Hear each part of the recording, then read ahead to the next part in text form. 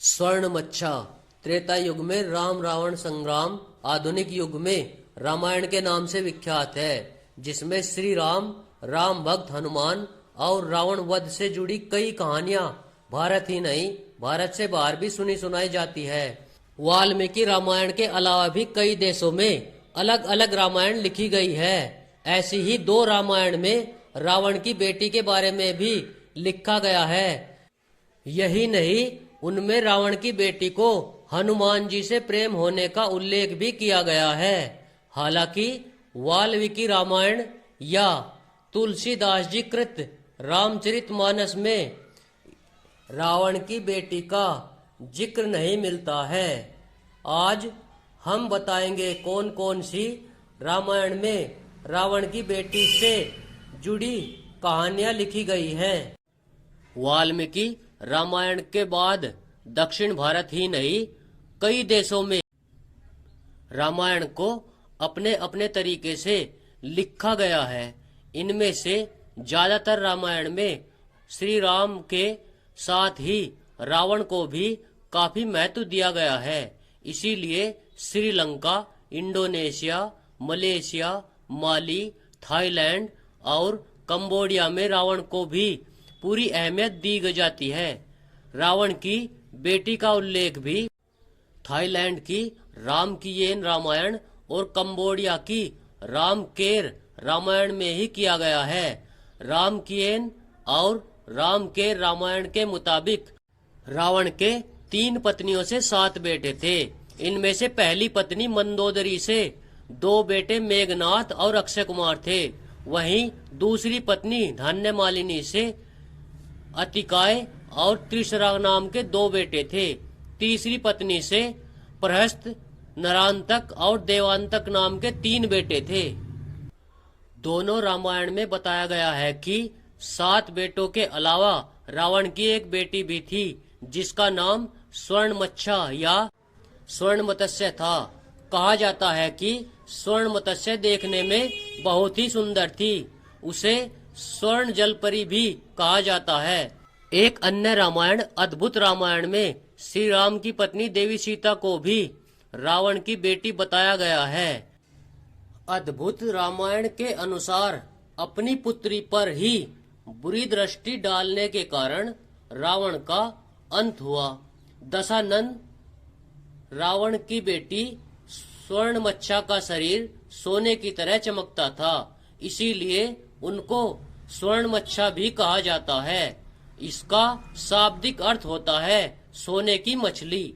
इसीलिए थाईलैंड और कंबोडिया में सुनहरी मछली की ठीक उसी प्रकार पूजा की जाती है जैसे चीन में ड्रैगन की पूजा की जाती है। हालांकि थाईलैंड में कुछ जगहों पर उन्हें ऐतिहासिक थाई पात्र तोसाकांत की बेटी भी बताया गया है। रामायण के बाद 10वीं शताब्दी में कबन ने रामायण महाकाव्य लिखा, जो दक्षिण में बहुत ही अधिक लोकप्रिय हुआ। हालांकि ये स्पष्ट है कि दुनिया भर में लिखी गई सभी रामायण महर्षि वाल्मीकि की रचना से ही प्रेरित रही हैं, क्योंकि सभी रामायण में न राम बदले, न स्थान और न ही उनके उद्देश्य में कोई परिवर्तन हुआ। वाल्मीकि रामायण के थाई और कंबोडिया के संस्करणों के मुताबिक श्री राम ने लंका पर विजय अभियान के दौरान समुद्र पार करने के लिए नल और नील को सेतु बनाने का काम सौंपा।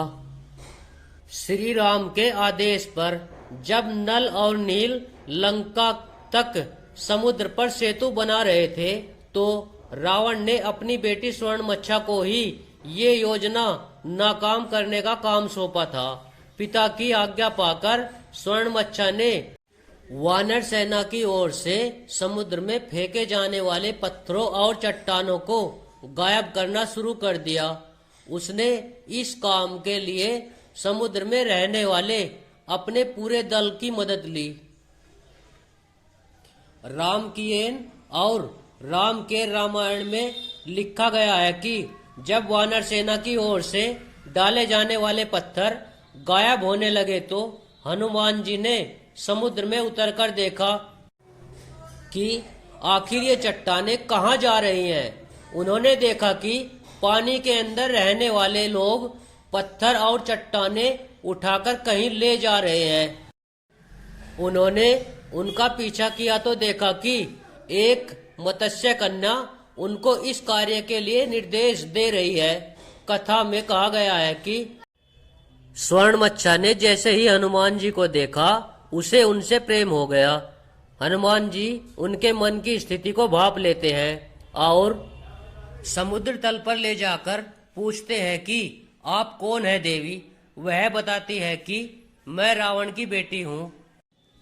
फिर हनुमान उन्हें समझाते हैं कि रावण क्या गलत कार्य कर रहा है। हनुमान जी के समझाने पर स्वर्ण मच्छा सभी चट्टानें लौटा देती है और राम सेतु के निर्माण का कार्य पूरा हो पाता है।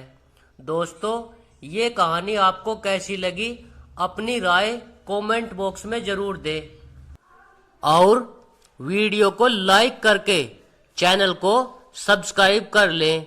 तो मिलते हैं किसी अगली कहानी में। तब तक के लिए जय श्री राम।